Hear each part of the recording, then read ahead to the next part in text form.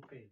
2.3. As mulheres. Como eu já havia dito na introdução, as mulheres. Qual o papel das mulheres na visão do evangelista Lucas? Nesse período aqui, as mulheres eram consideradas como um objeto, tanto pelos judeus como pelos gentios. Não tinha vontade própria. Era marido que determinava. A mulher não tinha nem direito de falar. A mulher ficava só ouvindo.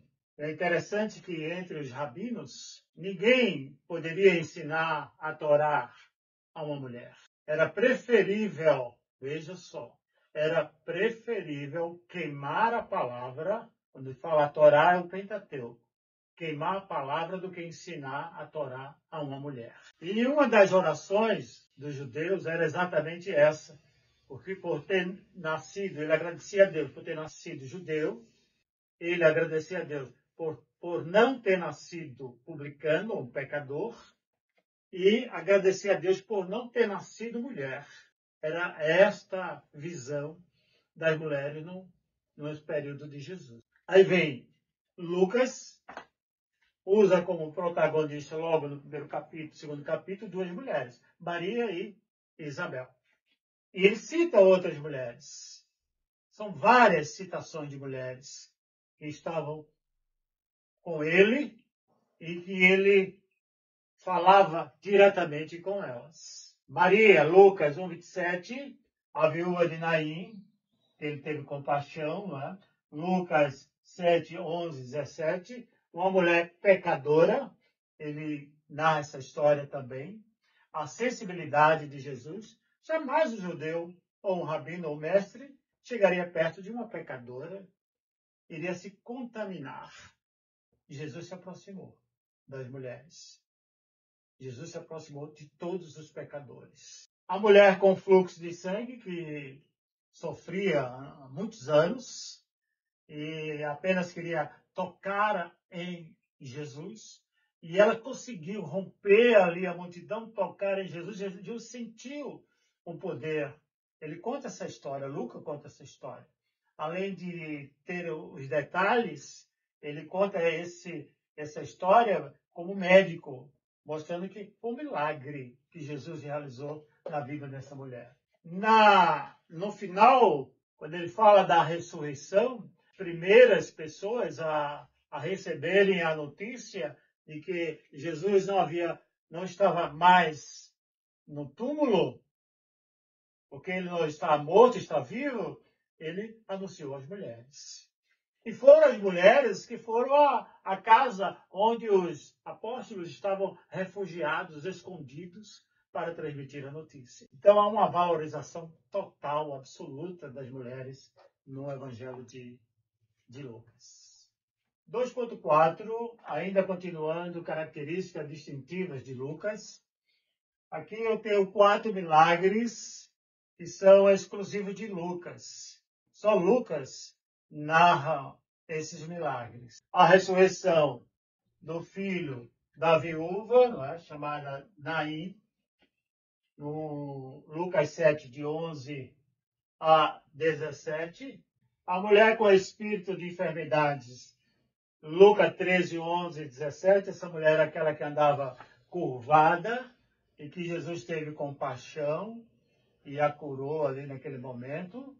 O homem hidrópico, essa palavra aqui, hidrópico, significa água, líquido, água numa parte do corpo. Pode ser na barriga, pode ser nos órgãos, é o acúmulo de água. E ele estava, o inchaço é proveniente ao acúmulo de água. Então ele foi curado. Os 10 leprosos em Lucas 17, de 11 a 19, Jesus cura os 10, apenas um retorna para agradecer. Então, esses 4 são milagres registrados apenas no Evangelho de Lucas. 2.5, nós temos as parábolas, principalmente Lucas é o autor das parábolas. São várias parábolas no livro de Lucas. E essas aqui é um resumo das parábolas exclusivas do Evangelho de Lucas. Você não vai encontrar em outro evangelho, nem em Mateus, nem em Marcos e João. A primeira é dos dois devedores, em Lucas 7, 41, 43. Depois nós temos a parábola do bom samaritano, bem conhecida, né? Daquele que socorre, aquele que está moribundo na estrada, foi atacado por ladrões, ferido, e passa o levita, passa o rabino, e por último vem o samaritano, que eram considerados como adversários e inimigos, e cuida bem daquele homem que naquele momento precisava de ajuda. Nós temos o amigo inoportuno, Lucas 11, de 5 ao 8. O rico e insensato, Lucas 12, 16 a 21. O filho pródigo, essa parábola é uma das mais conhecidas da Bíblia e é uma das mais pregadas nos púlpitos atuais.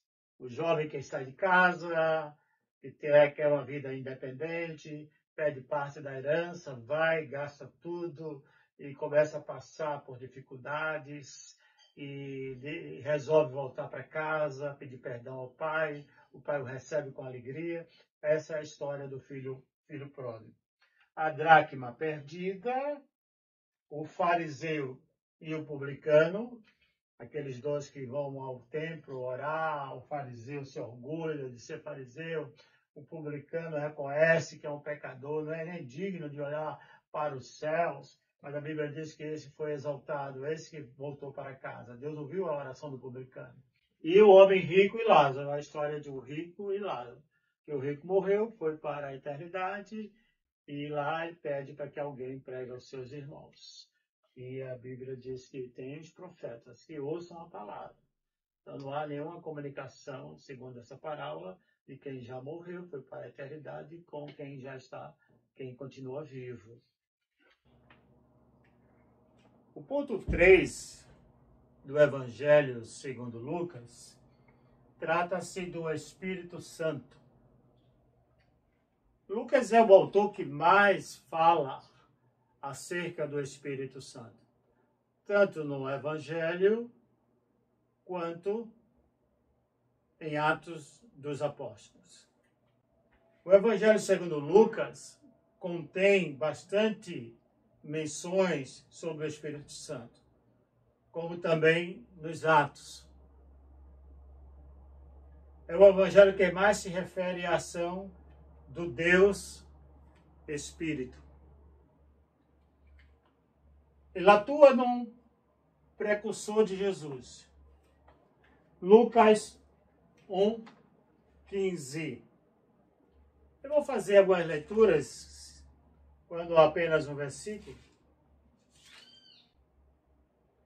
Porque será grande diante do Senhor, e não beberá vinho, nem bebida forte, e será cheio do Espírito Santo, já desde o ventre de sua mãe.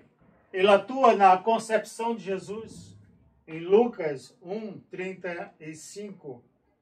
E respondendo o anjo, disse-lhe: descerá sobre ti o Espírito Santo, e a virtude do Altíssimo te cobrirá com a sua sombra, pelo que também o santo que te há de nascer será chamado Filho de Deus. Ele atua na anunciação de Isabel e Zacarias no nascimento de João o Batista. Ele desce sobre Jesus no batismo.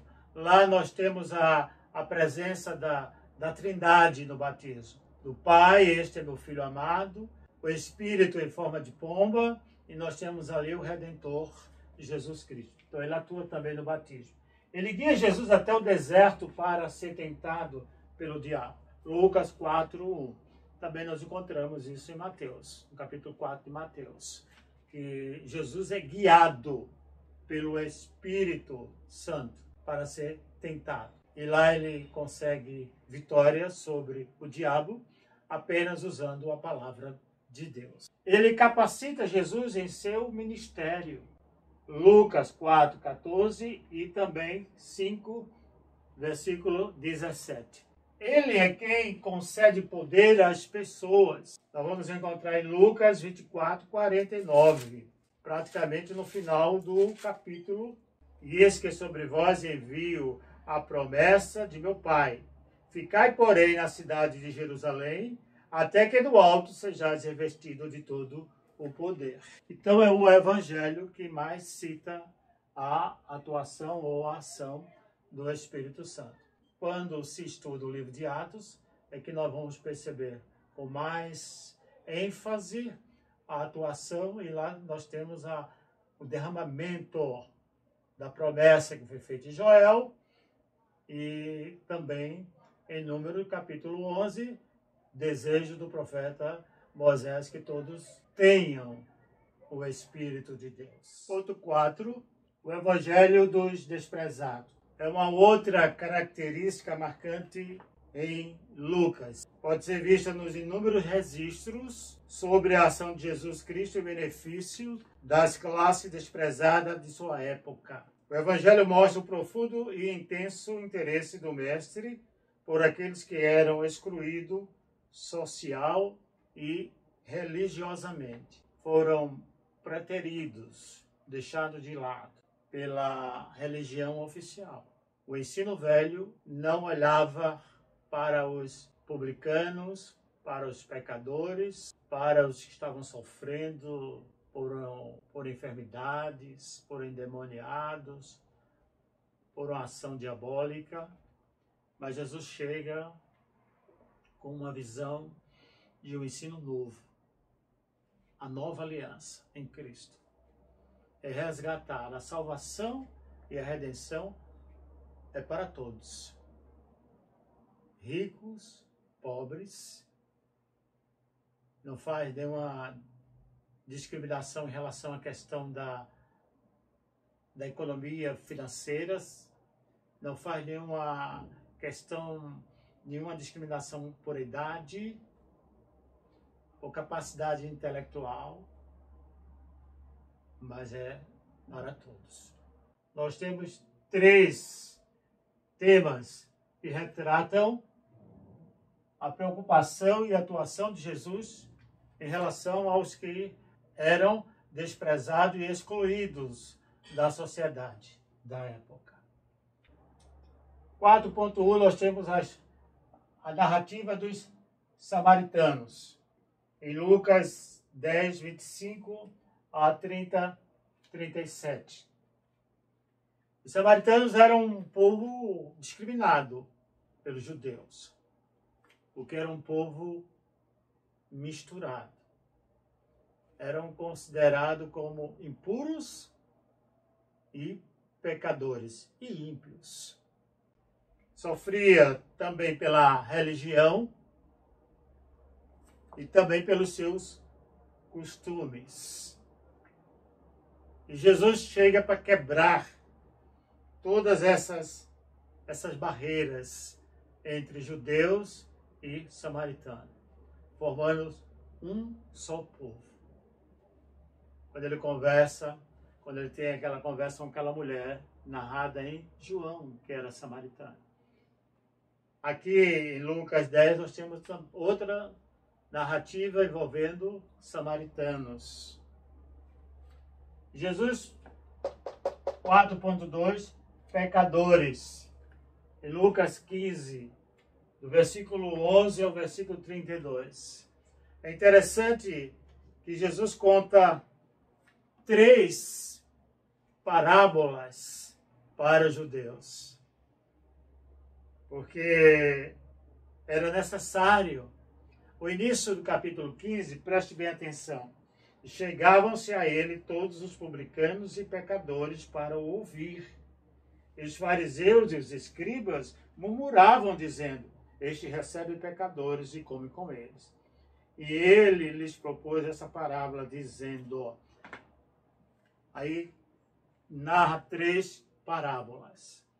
A da ovelha perdida, a da dracma perdida e a do filho pródigo. 3. Jesus é provocado. Jesus é censurado por comer com pecadores e publicanos.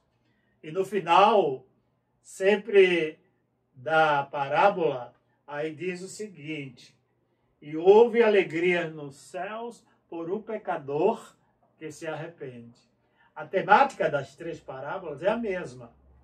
É a alegria do Pai Eterno em receber o pecador que se arrepende, que se arrependeu e agora pede perdão a Deus e ele é abraçado por Deus. E Jesus fez isso no primeiro século. Jesus abraçou todos os pecadores. Vinde a mim todos que estáis cansados e oprimidos, e eu vos aliviarei. É o perdão para todos os pecadores. Então nós temos aqui a 4.2, os pecadores. Veja só que a preocupação. Samaritanos eram desprezados, os pecadores também eram deixados de lado, e agora nós temos a figura de um ladrão na cruz. Observe o detalhe de Lucas. A preocupação de Lucas em narrar esse fato. Na crucificação, Jesus foi crucificado entre dois malfeitores. Um murmurava, um ironizava, mas o outro reconhecia que merecia a morte. E pede para que o Senhor faça algo por ele. Jesus olhando para aquele homem e disse: hoje mesmo estarás comigo no paraíso. Então a preocupação, Jesus atende a todas as pessoas. Jesus é a maior expressão do amor de Deus. É a revelação especial. É o amor incondicional. Jesus ama sem interesse. Jesus ama apesar de sermos pecadores, de sermos infiéis. Mas ele a si mesmo, ele se entregou por nós, segundo as Escrituras. E aí nós concluímos o Evangelho de Lucas. O Evangelho de Jesus, segundo Lucas, de fato, é bem peculiar. Lucas registra vários fatos e personagens omitidos pelos demais evangelistas. Sua excelente formação lhe permitiu escrever no grego mais culto da época e organizar os fatos minuciosamente. Foi mais uma ferramenta preciosa nas mãos do Senhor. Lucas de Hebreus é uma obra-prima numa visão linguística, no idioma clássico. É diferente dos demais. É um livro muito interessante. É o Evangelho que nos ensina a sermos mais humanos, a amar mais as pessoas. Assim como Jesus amou, o Evangelho nos ensina também. Se você não colocar em prática tudo aquilo que está dentro do Evangelho, não vai adiantar. Apenas temos conhecimento histórico. É preciso agir. É preciso exercer o Evangelho pleno, que é o Evangelho baseado no amor, na compreensão, na tolerância, na compaixão. Devemos amar todas as pessoas. Na próxima aula, nós vamos trabalhar o Evangelho segundo João, fechando assim os Evangelhos. Obrigado pela paciência. Que Deus nos abençoe abundantemente.